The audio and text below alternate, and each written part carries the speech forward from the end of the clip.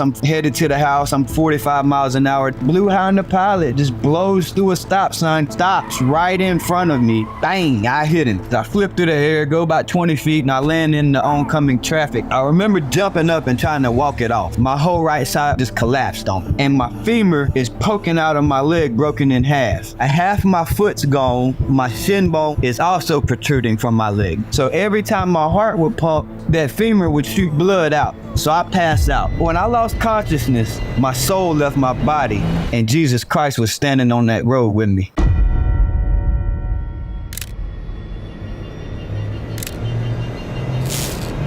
Hey, what's up, everybody? Vladimir here with God's Voice today, and you are about to hear my conversation with Tony. And this interview almost didn't happen. We had terrible weather outside. There was lightning, thundering. At one point, I thought we were going to lose electricity, and then all these technical difficulties. His computer wasn't working right. The camera was working, but the audio wasn't working. So we tried his phone. That didn't work. Then Tony had a second phone, so we tried that one. Thank God that phone worked. The audio worked on that phone. So we were like mixing and matching. We used the camera from his desktop computer and the audio from his phone. So long story short, we were able to have like an hour later, literally an hour later, we were able to start recording. Now I know why there was so much interference. Someone did not want you to hear this story, but it's too late now. It's finished, it's done, it's ready for you to listen, to watch, depending how you're consuming this content. So without any further ado, here is my conversation with Tony, the conversation that almost didn't happen. Enjoy.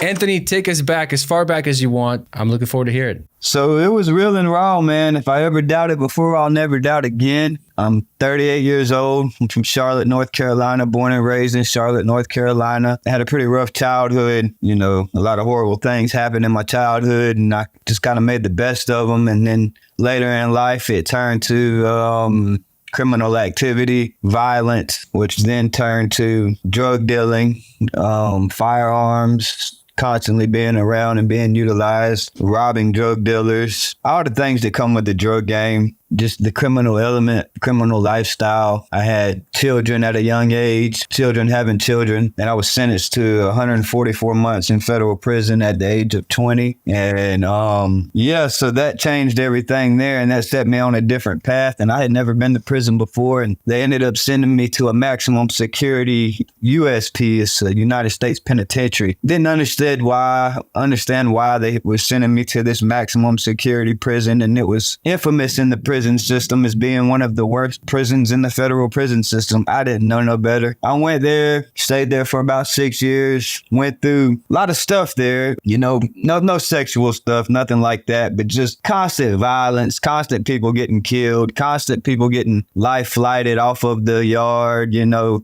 seeing people get their heads pumpkin smashed, you know, it was just a very violent place that kind of redirected my life and, you know, said, if I ever get out of here, if I ever make it off of this mountain, you know, I will never turn back to the life of crime. And ended up with getting some appeals in, some laws that changed, and ended up getting 48 months taken off of my sentence and was released after doing a total of 96 months. So I served 6 years in the maximum security, and I made it down to what's called a medium high. It's the next step down from a maximum, and it was like preschool compared to where I was at. So I spent the last 2 years there, came on home, and I just started working, man, and taking care of the 2 children that I had before I left, and ended up having another child, and I just kept my nose to the grindstone. Jesus was always a part of my life throughout my whole journey. When I think back at all the things that have happened and the near-death experiences that I've had, or where I just should have been dead. You know, there's been multiple occasions where it's like, ain't no way I should have lived through that. Shootouts, kidnapping, stabbings, being thrown from a car, going 60 miles an hour. I mean, it's just a litany of things that, you know, I shouldn't have walked away from. And a lot of them, God let me walk away from them without a scratch. And I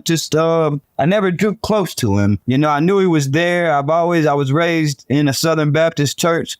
I didn't go all the time, but I had a praying great grandmother that was very big in the church, and she always kept us prayed up. And God was always a part of my life. And even though I was not in tune with him, you know, he was there every step of the way. And so leading up to my accident and everything that happened this year, I was living good. I'd been out of prison since 2013. By 2000, within 8-9 months, I had my own home, and then I bought my own home, and then I started a job for $9 an hour. Then I worked my way up and got different jobs. And then I ended up getting my Class A driver's license and driving tractor trailers. And then I ended up being a operations manager for a well-known building supply company. And I just focused on my career. I really wasn't focused on God. And I was always like, I'd say my prayers and whatnot, but I wouldn't go to church. So, I was just focusing on my career and raising my babies and being here for my children and trying to make up for lost time, not realizing that you can't make up for lost time. That time's gone. You need to focus on the here and now. So I rode Harley Davidsons. I went to the bars. I drank beer with the fellas. But I always had violent tendencies, man. And something inside my soul was telling me, like, I would get into, it wasn't nothing to punch a man in his mouth at the bar, and just think nothing of it. It was, and it just continued to happen every 5 months, 6 months, 8 months. And something was telling me, I was having a conversation with a family member, and I was telling myself, man, I got to stop this stuff. Or, somebody's going to kill me one day. I'm going to come across the wrong person. And, there's always somebody's going to kill me one day. So I'd continuing on that. I'd work my beer. I'd go to the bar after work sometimes, ride my motorcycle. And I have he's now 20-year-old son. He moved back in with me as soon as I came home from prison. So because he was having a lot of behavioral problems at his mama's house. So I was always trying to help him and coach him and teach him through my hard lessons learned, try to teach him. So anyways, that didn't work. I mean, it worked. I got him. He graduated high school, got him through high school from a good high school out here in Harrisburg. Seen him walk across the stage and then gave him the options. Hey, you can go to college, you can go to the military, or you can go to work. Which one you want to do, buddy? And he chose the hard route. And then, I caught him selling weed out of my house and he got in trouble with the law. So I told him, you got to go, bro. I told you plain and simple. If I ever caught you selling stuff out of my house, that you would have to go. I'm not going to have that around me or none of my other children. So he went out on his own. He kept working. And then he got in some pretty good sized trouble. And this is kind of leading up to my wreck and how everything happened and played out. He was out here in one of these country towns, Stanley County, and got caught with an AR-15 pistol and a little bit of pot. And they charged him with a buku of charges, weapon of mass destruction. They gave him like $250,000 bond. And he was just stuck in jail, and it was hurting my heart. It was weighing heavy on me.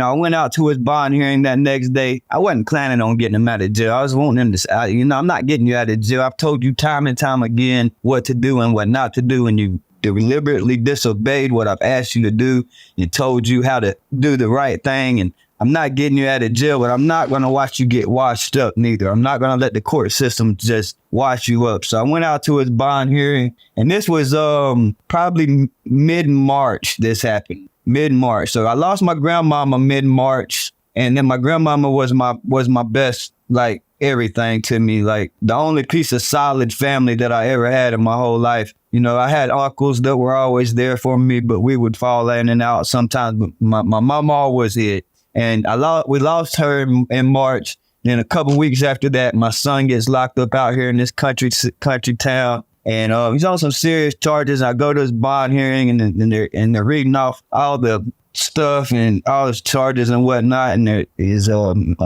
punishment was 6 to 9 years is what he was looking at. And I just left the court. I left the courtroom, man. After that, they set his bond at the district attorney asked for his bond to be set at $100,000. The judge said what he had to say and set his bond at $250,000. I wasn't going to get him out if it was $10,000. I wanted him to stay there for a little while and try to, change his thought processes. But I left that courtroom, and I had to go to the bathroom, man, because I was on the verge of breaking down, man. I went to the bathroom, kind of let the tears come out, wiped my face down, got myself together and walked out. And then went right across the street to an attorney's office and talked with them, and they wasn't really talking right. So then started doing my research over the next couple of days. I let my son Nate know. I said, man, don't even think about getting out. Don't call none of our family to get you out. You're not putting none of this pressure on none of us. You know, you made these decisions because on Easter Sunday, it was Easter Sunday he got locked up. Matter of fact, we had dinner over here Easter Sunday,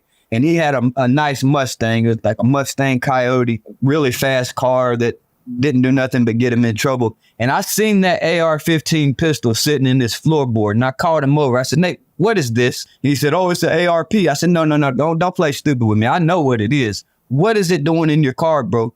You're on probation for, you got all this stuff, your tag's bad, you're on probation. What are you doing? He said, I ain't even trying to hear it, Pops. I said, all right, you right. And then he left. We was mad at each other. It wasn't 4 hours later, he was calling me from the jailhouse, you know? So that was going on with my son. I ended up finding him an attorney, a good attorney, because you got to find the correct attorney for different counties. One attorney just ain't going to fit it all. You got to find the attorney that knows his way around these judges and these prosecutors in different places. So got him an attorney, and he was actually working for me for my company at the time. I own a landscaping, hardscaping, and property maintenance company, and he was actually on the landscaping crew so I actually had to end up filling his spot on the landscaping crew. So I'm out there doing the grunt work, you know, picking up trash, weed eating, mowing, blowing. I didn't mind. I liked it. I've always liked labor, you know. It wasn't too hot.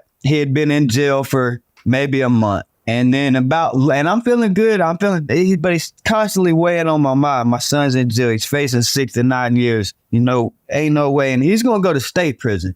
And for white boys in North Carolina state prison, if you don't go extra hard, then they're going to put the pressure on you and it's not going to go well for you. All right. So I'm thinking about that. I know my son's got heart. So I just don't want my son going down the path I went down. Plain and simple. So that day, April 16th, while I'm out there working on one of our biggest contracts, I get a call from the attorney about lunchtime. Hey, Mr. Ellis, I got some good news for you. I said, yeah, what's going on?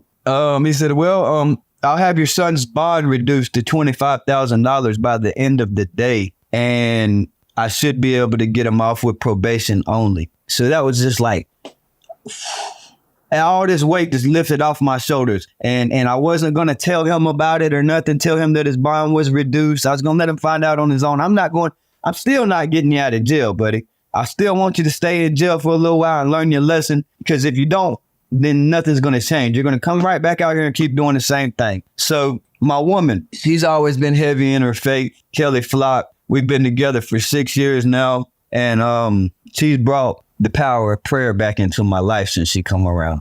And I come home that day. Now, after I got the call from that attorney, man, I'm out there. I got my AirPods in, riding the stand-up mower. I'm singing. I'm feeling good. I'm joyful. Like, I'm feeling good, man. And I get home, and then I tell her, she's in the kitchen unpacking groceries. She had been to the grocery store, and I tell her, and we kind of had a little moment in the kitchen where we kind of hugged each other and was happy that Nate was going to be okay. And, you know, I said, we're going to let him move back in. When he does get out, we're going to give him another chance and try to get him back, keep him on the right track. Because obviously he's not of the right mind to go out on his own right now. So I go out in the yard. I had just planted some fescue in my front yard, and I go out in the yard and I grab me 1 Miller Lite out of my refrigerator, and I go out in the yard and I'm watering my grass and finished watering my grass, my front grass where the sprinklers wasn't reaching. I come back in and I tell Kelly, I say, hey, baby, I'm going to take a ride on my bike for a little while. It was kind of like a celebration ride. You know,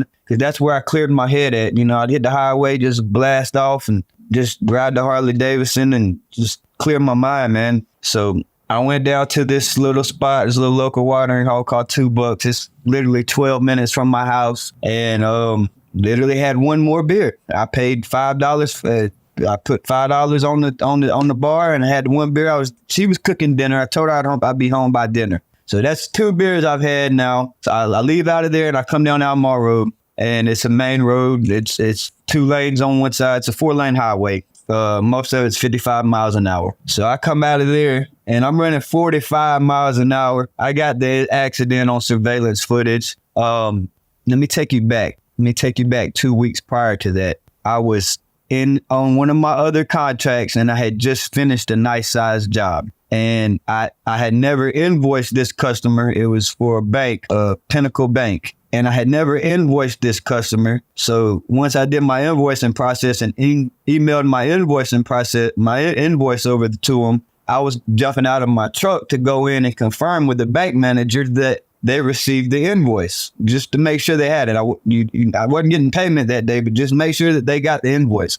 And I put my foot on the step board of my truck, and something just stopped me, man. It came over me. It said, Tony, you've never asked the Lord for forgiveness. You never said the prayer of salvation. And so I got back in my truck and truly asked the Lord for forgiveness. And I probably butchered the Lord's Prayer. I'm sure I did. I didn't say it right. But what I said, I was meaning, truly meaning.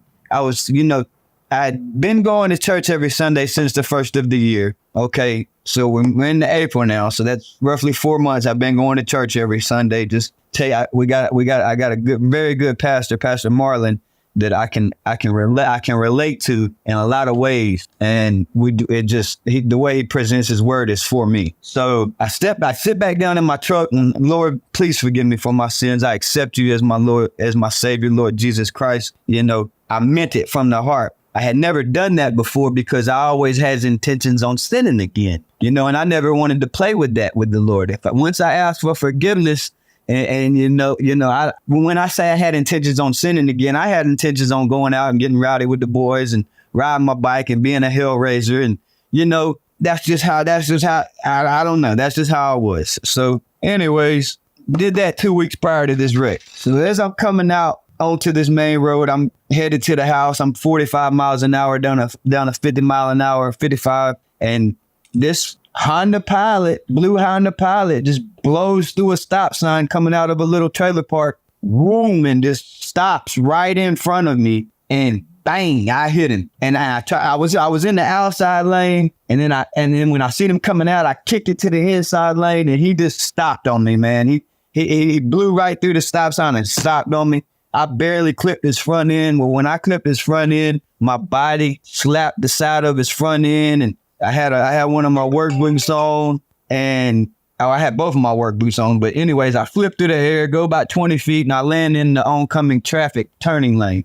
I remember jumping up and trying to walk it off. And when I jumped up and tried to walk it off, my whole right side just collapsed on me. And so now I'm sitting on my butt on the asphalt, and my femur is poking out of my leg, broken in half. Okay. Half my foot's gone, and my shin bone, which is called my tibia and my fibia, is also protruding from my leg. Okay, so with your femur, you got your femoral artery that runs alongside it or inside it. So every time my heart would pump, that femur would shoot blood out, and I remember this clear as day. So I remember grabbing the femur and squeezing it to try to stop it from bleeding, and that must have been too much pain for me. So I passed out. But when I passed out, the first 5 or 6 times I told this story directly after the accident, I couldn't tell it without crying uncontrollably. It was that real and raw inside of me still. So when I lost consciousness, my soul left my body, and Jesus Christ was standing on that road with me. And I remember him clear as day. He was about 5'11", 5'10", and it was just like the most beautiful silhouette just glowing around him. He had shoulder length, golden bronze hair. His skin was the same dark golden bronze color, and he just lit the whole street up, man. It was like a star was sitting on the street. And as I'm standing beside him, I feel the strongest vibration I've ever felt in my life. It's like it's just like my whole body is just vibrating, and I'm looking at my body laying my body laying in the street. Glad I'm looking at my body laying in the street, and I'm watching civilians jump out their car and run and try to help me and panic around me. And I'm standing there beside Jesus Christ. I'm standing there watching it like it's a TV show or like it's happening to somebody else. And I remember a sense of regret coming over me. What are my kids going to do? What is my woman going to do? What's going to happen to our house? I don't have no will and testament. What's going to happen what are my dogs going to do? Like everything. And then the sense of peace just come over me. And it was like, don't worry about that. Your fight here on this earth is over. Jesus Christ is here to take you with him. And then it was like a sense of peace come over me. It felt like an eternity. I'm like, where's the ambulance? I'm inside is the ambulance coming? Are they going to try to save me? So now my femur has stopped squirting blood. No more. There's no more blood left to squirt. It wasn't pumping blood no more. People are panicking. Ambulance comes flying up. Now I'm still standing beside Jesus Christ, and I remember I couldn't look him in his eyes. It wasn't like I could look him in his face like he was another man or nothing like that. All I remember is if you've ever seen like jewelry or pictures where there's like a round silhouette around Jesus. Okay, I believe that's the spiritual presence surrounding him. Okay, after this incident, that's what I take that for, because of the vibration and the feeling that was inside of my body while being in his presence. So ambulance comes flying up. They run to my body, and I'm watching it like it's happening to somebody else. I'm still standing beside Jesus. And they said, we don't have a pulse. We ain't got no pulse. Get the blood started. They put a tourniquet on my leg. They get the tourniquet on my thigh and snatch me up, put me on the gurney. Now they're rushing me towards the back of the ambulance, and they're starting to pump blood. They get blood hung up above me. And I didn't know this at the time, but there's a universal blood that for this thing, that for stuff like this, there's a universal blood type that they can use. So anyways, they're pumping blood into my body. Now they got me in the back of the ambulance, and me and Jesus are probably 20 foot from the back of the ambulance. And we didn't walk. It was like both of us just kind of to the back of the ambulance. So now me and Jesus are standing at the back of the ambulance, looking in the back of the ambulance, watching them work on me diligently. They're working hard. Like, they're panicking. They're scrambling. They're doing all kind of stuff to me, and no heartbeat. They're panicking because I still ain't got no heartbeat. I mean, we're talking, it only took them 5 or 6 minutes to get there. But when your femoral arteries pumping blood, 5 or 6 minutes is a little bit too long, So now they're hitting me with the defibrillators. Pow! They hit me with the defibrillators. And I remember every time that they would hit me with the defibrillators, I would see my heartbeat jump one time on the screen and then flatline. Me go boop, beep. Every time they hit me with it, bang, they hit me with it. Bang, they hit me with it. They hit me with it 4 or 5 times. And I could tell that they were losing hope. I could sense the discouragement inside of them, that they were about to give up on me, I was okay with it, man. I truly felt that Jesus Christ was there to take me with him, that my battle here on earth was through. So man grabs the defibrillators, and decides to try it one more time. Boom, he hits me one more time. And it's not like where your body jumps. From what I've seen, your body don't bounce off the dang gurney or nothing. It's just a little pump, and then my heart beat, beep, beep. And now my heart kept beating.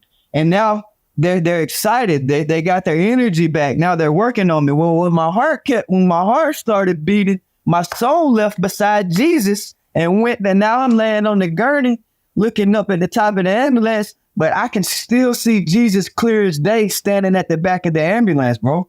Like, no bullcrap. He's still standing there. And when I say it was like a star or the sun was out there, it was like it was blinding. His spiritual presence is blinding. You're not going to look straight at it. I couldn't, at least. So now my heart's back beating. I'm laying on the gurney and I'm looking, and they got the mask on me or whatever, but it's just like so overwhelming that Jesus is standing there. I'm not worried about my body. I'm not worried about nothing, man. I wasn't worried. Jesus was right there, bro. It's like, oh my God, Jesus is here. So then everything goes black. Boom. Everything goes black as day. And I go back to about 5 different incidents in my life where by all means I should have been dead. I got into a gunfight one time that ended up fighting over a gun after one gun ran out of ammunition, and the gun flipped back up on me and went off, and like this close to my face. And I ended up getting away from it, but it was a 357. And the flame from the 357 left a burn mark from here to here, all the way up the side of my face. That was from the muzzle flash. Another time I was shot. Another time I was stabbed. I was in a riot at USP Big Sandy that was pretty nasty, and then everything just comes back. A head-on collision at 60 miles an hour. And then, it's just multiple incidents where I should have been dead, And then that goes away. And then I didn't hear it. It was like it just got put into my brain. You know, it was Jesus talking to me, and he said, I was beside you in those times also. You know, I was there with you each and every time. I've been beside you your whole life. I did not choose to show myself to you then. I'm choosing to show myself to you here and now to show you that I am your Savior. I am your Lord Jesus Christ. And I am leaving you here on this earth because your work is unfinished. And this will be your last chance. And then my eyes open back up. Jesus is gone. And the ambulance is booking it down to the closest level 1 trauma center. I spend a good amount of time in the ICU. Then I spend another 5 or 6 weeks on the trauma unit. And I had 6 different surgeries. And, you know, every week, God would send me someone to say or do something to let me know, to reassure me that I wasn't crazy, that I seen what I seen, you know, because when you see something like that, it was hard to believe, man. It was overwhelming. You know, my mind started playing tricks on me. No, this really couldn't have happened. I had to be hallucinating, you know. And I spoke with my pastor about it. And Pastor Marlon come to the hospital. He would come talk to me and reassure me. He explained to me how Jesus can only come to us in our imagination because that's how strong his spiritual presence is. You know, so all the way from I was headed to one surgery one day, and this older Black lady was pushing my wheelchair, and she didn't know me. She didn't know if I was a believer, but she was pushing my wheelchair, and in my ear, she was saying, yes, Jesus. Lord Jesus, be with this man. Please, Jesus, be with this man. And it was just constant things that happened like that, where Jesus was just kept showing himself to me through these people. You know, even as far as just the other day, we had an Amazon delivery driver roll up and deliver one of my packages, and I have a car, old school car in my driveway, and she was admiring the car and wanted to get out and look at it. And then we start talking. And she tells me that her son died 8 years ago on the way to my neighborhood. And, you know, it was very emotional for her to come to this neighborhood. And we get to talking. And her son died on April 16th. My wreck was on April 16th, you know, and she is a believer. So it's just constant things that happen to just, you know, let me know how real it really is. And as it's gone on, if I hadn't got my butt back in my truck that day and asked the Lord for forgiveness and meant it from the bottom of my heart, I'd be in hell right now, man. And I feel that 100%. I would be burning in hell right now. This house would be gone. My kids would be lost without it. You never realize how much people need you until they don't have you no more, you know? So that's it, man. It's interesting. There's so much to unpack there. First of all, my birthday is April 16th, 1987. Your brother told me that. Your brother told me that. Yeah. Well, you said you were talking to Jesus. Was it all telepathically, like telepathy kind of conversation, more in thoughts? Yeah, it wasn't no word spoken. It was just like, compute this information. Here it is. So you were able to see your body, right? But you were kind of like observing it from afar, right? From the distance. 10 feet, 15 feet. Standing in the grass. Was it weird? Or did you not think much of it? I ain't gonna say it was weird. It was I'm not gonna call it weird. It was kind of full circle, man, because Albemarle Road. I grew up on Albemarle Road, and that's where I did all my crimes at. You know, that's where I was a drug dealer. That's where I was a robber. You know, less than a mile down the road on Albemarle Road where the incident happened, I actually shot a man one time. And he ran out in Albemarle Road and fell in Albemarle Road and bled until the ambulance come. And, you know, I've involved in high-speed chases on Albemarle Road. I've robbed drug dealers on the actual crimes committed on Albemarle Road in my youth. And for me to come back around and lose my life and Jesus come show himself to me on Albemarle Road is about as full circle as it can get, man. No, that's powerful. What about when you were outside of your body, when you were looking, observing? Did you have a body of your own as well? Yeah, it was like, so my broken body was laying on the asphalt. My unconscious broken physical body was laying there. And then I had a whole perfectly fine body standing beside Jesus Christ, watching everything happen to my broken body. Did it feel like a dream, or do you feel like that life felt more real than this life?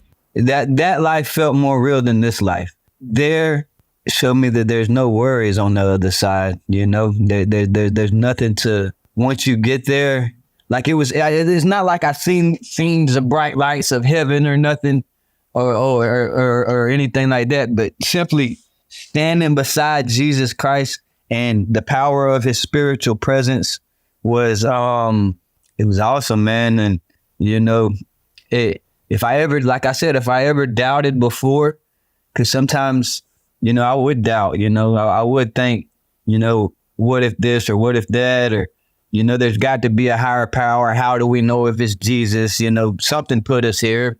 There's something that, how do we know that this Bible is the gospel? You know, so there was doubts in my mind before.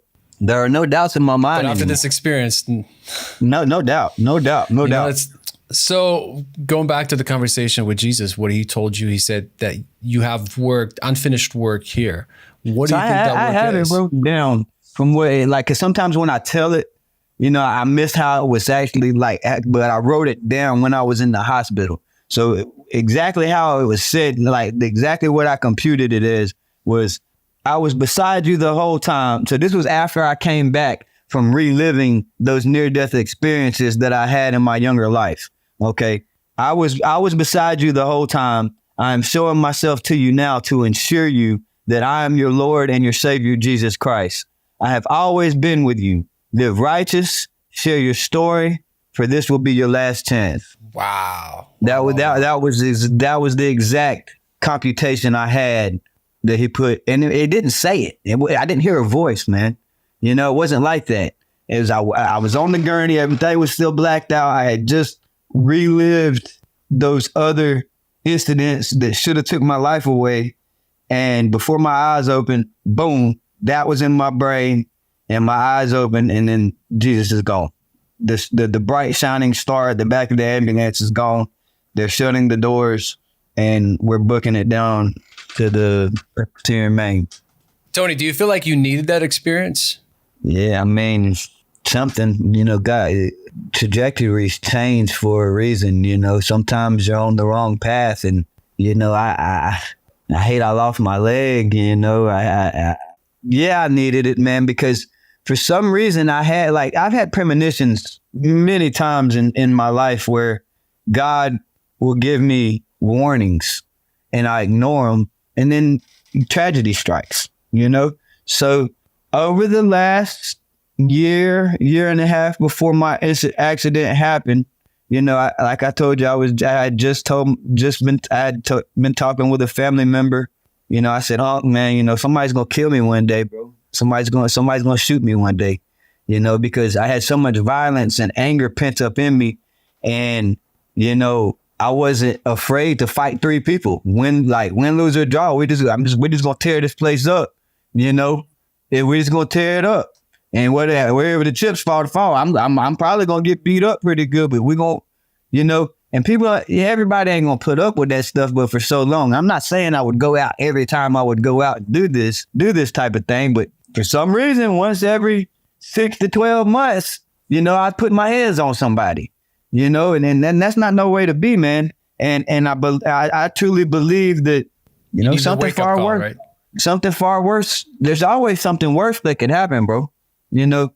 So that you look at it as that was your like wake up call. And in fact, Jesus did say this is your last chance, right? So now going forward with this experience, you've experienced some supernatural stuff. How do you move forward with this information?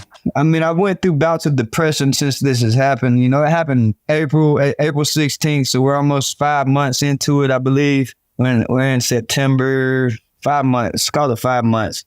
You know, I was heavily medicated for a while.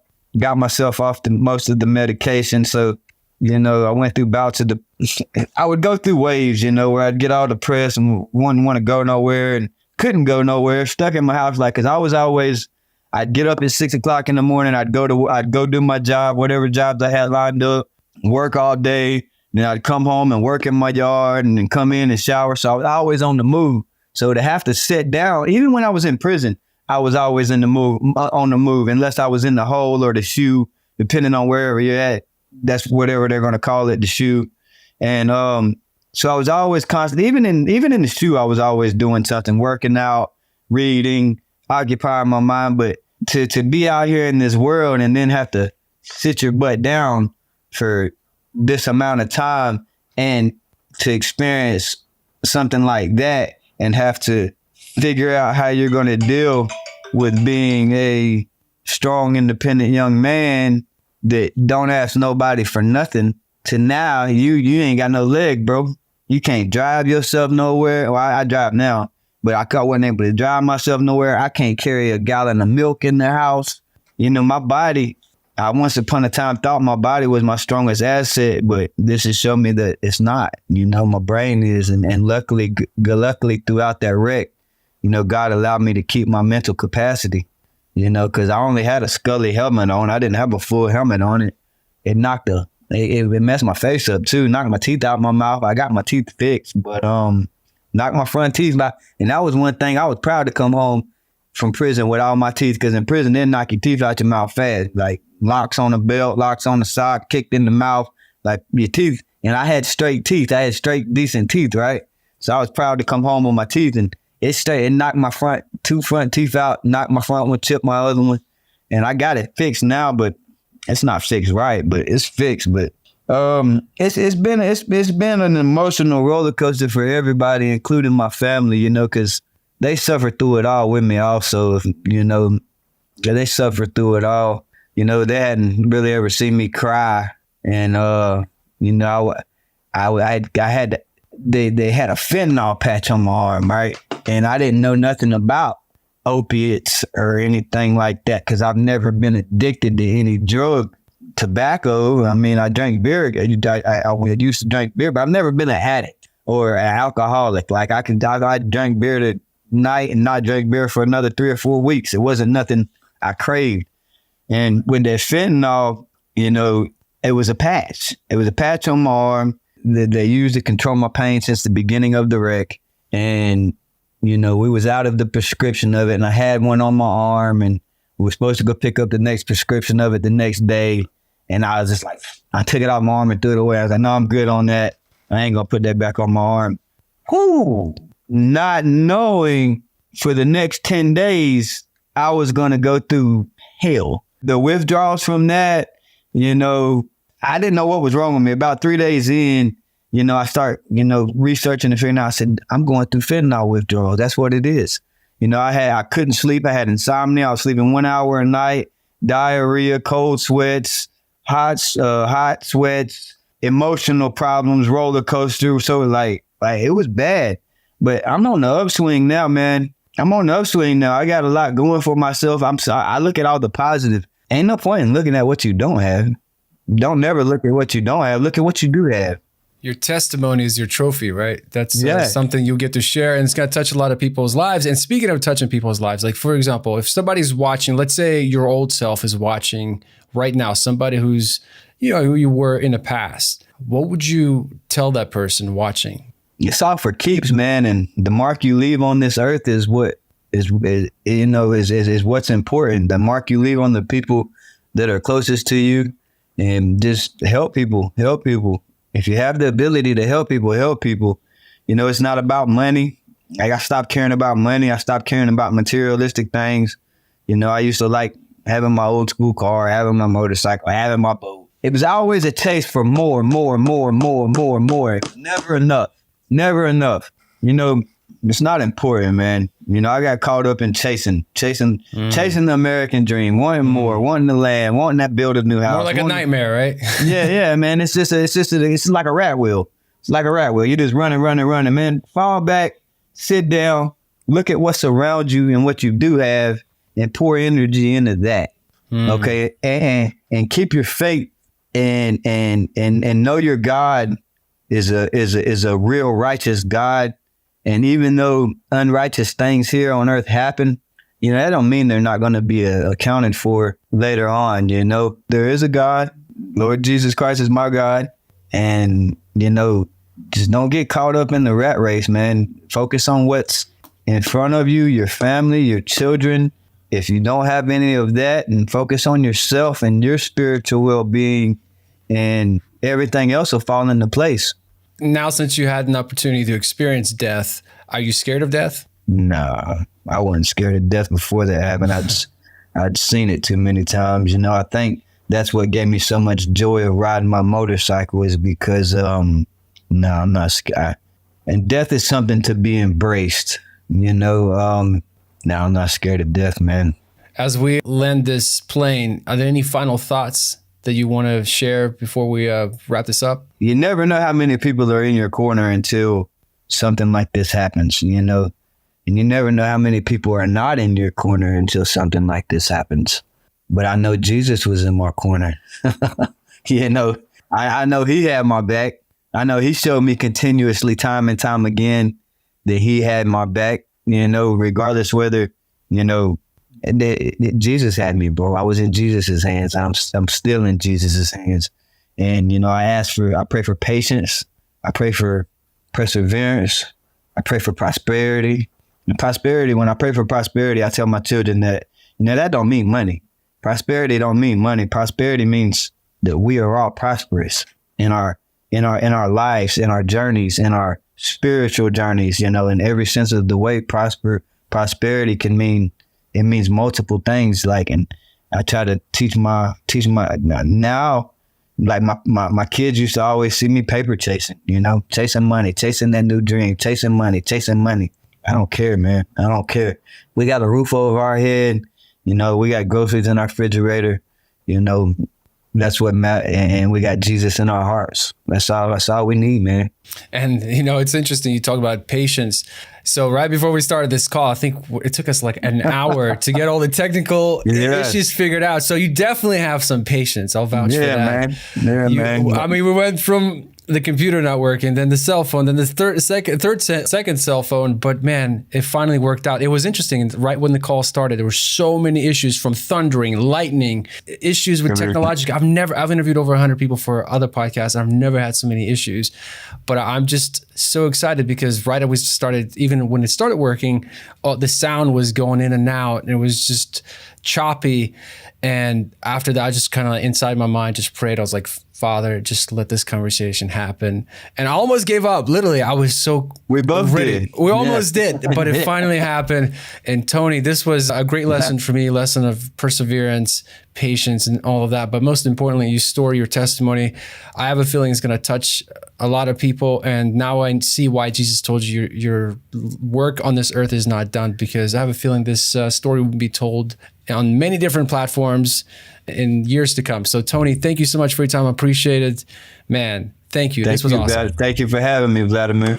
Hey, thank you so much for watching. I just realized as I was editing this interview, it's almost midnight, that I never recorded an outro. So this is my outro. I want to say a huge thank you to all of you for watching, and a huge thank you to Tony for sharing his testimony, his story with all of you. I know this was his first time sharing it publicly, and I'm just so excited and honored that Tony chose me to be the first person to share it with the world. So thank you for that, Tony. And if you enjoyed this interview, I know you will enjoy the next video. It should be popping up here on the screen somewhere. But the next video is with my nephew, Alex, who had an hour-long conversation with the devil and God. And I'm telling you, you got to check out this interview. So definitely click it. So I don't know, it should be popping up here on the screen somewhere. If not, if you don't see it, check the description below. But until next time, have a great day. And I look forward to serving you in the next episode of God's Voice Today. Take care. Bye-bye.